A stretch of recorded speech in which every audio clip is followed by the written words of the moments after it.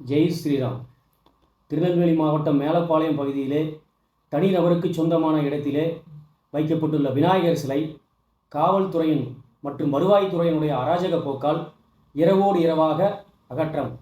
இதனை விஸ்வ இந்து பரிஷத் வன்மையாக கண்டிக்கிறது. மேலப்பாளையம் பகுதியில் இந்துக்கள் சாமி கும்பிடணும்னா யார்கிட்ட அனுமதி வாங்கணும்? மேலப்பாளையத்தில் இந்துக்களுடைய வழிபாட்டு உரிமை பறிக்கப்படுகிறதா? சகோதரத்துவம் பேசக்கூடிய அந்த நடுநிலைவாதிகள்லாம் இப்போ எங்கே போனீங்க? தூங்கிட்டீங்களா? மேலப்பாளையத்துக்கு என்ன தனி சட்டமா?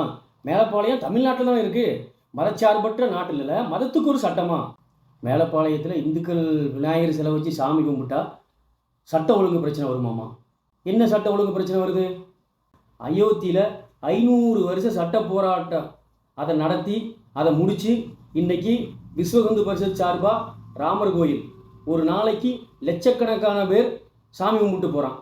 அங்கே ஏற்படாத பிரச்சனையெல்லாம் உங்களுக்கு இந்த மேலப்பாளையத்தில் விநாயகர் சிலை வச்சா சட்டம் ஒழுங்கு பிரச்சனை ஏற்படுமா? இது எந்த விதத்தில் நியாயம்?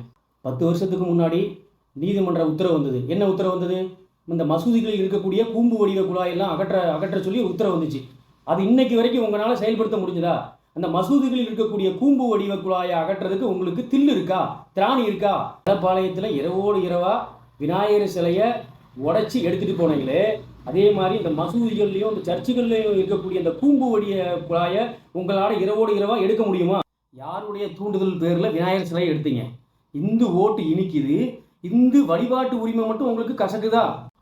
பாதிக்கப்பட்ட மக்களுக்காக குரல் கொடுக்க விஸ்வ இந்து பரிஷத் என்றும் துணை நிற்கும்.